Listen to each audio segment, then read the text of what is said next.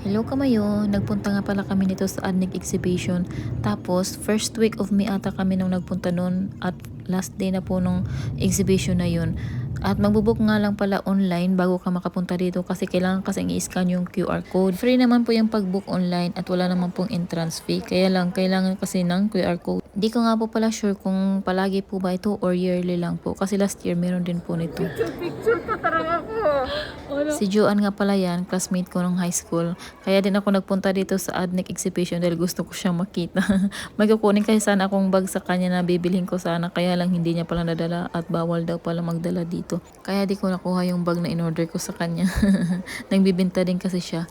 At saka sinabi ko nga kay Joanne na maggagala-gala muna kami kasi marami din naman ditong maggala-galaan.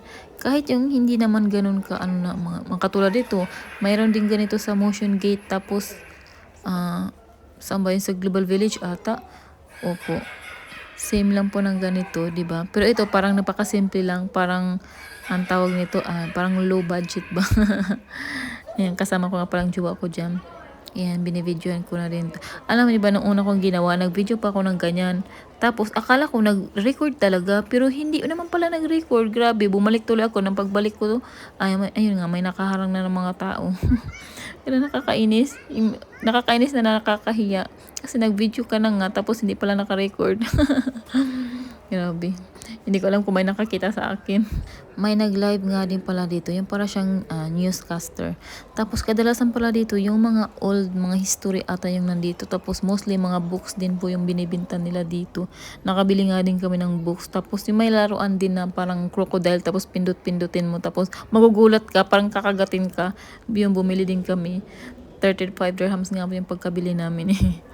Tapos ito, ang cute nito oh. Parang mga miniatures ba.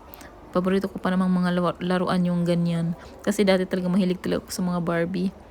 Malawak din pala dito. Marami ding mga ano ba, nagbibinta. Pero mostly talaga mga mga books. Tapos may mga coffee shop din. Tapos ito nga pala ang ganda oh. Ano yung damit na yan na naka-display? Ano lang po siya, Jaryo. Tapos ito naman po yung kay Sheikh Zayed naman, feathers po siya. Grabe, napakalaki po niyan, sobra. Ito naman po ay napakalaking painting sa buong mundo na gawa po ito sa coffee beans. 520,000 po na coffee beans ang ginamit para lang magawa po yan. Ito naman po ay parang gawa po siya sa sa tela. Maganda din po yung pagkagawa niya. Tapos ito rin kahoy lang po ata yan. At ito din po yung lumang picture. Tapos ito naman ang cute din itong itong mga libro na ginawang ginawang tree. Pagkatapos nga pala namin sa Adnic, nagpaalam na rin kami sa kaibigan namin bago pumunta ng Moshrif Mall. Naglalakad-lakad lang kasi kami dito. At syempre nakita ko ang siomai kaya ayan, bumili na rin ako. Paborito ko kasi itong siomai. Ayan, itong binili ko, combo po kasi to. Yun lang, bye Kamayo.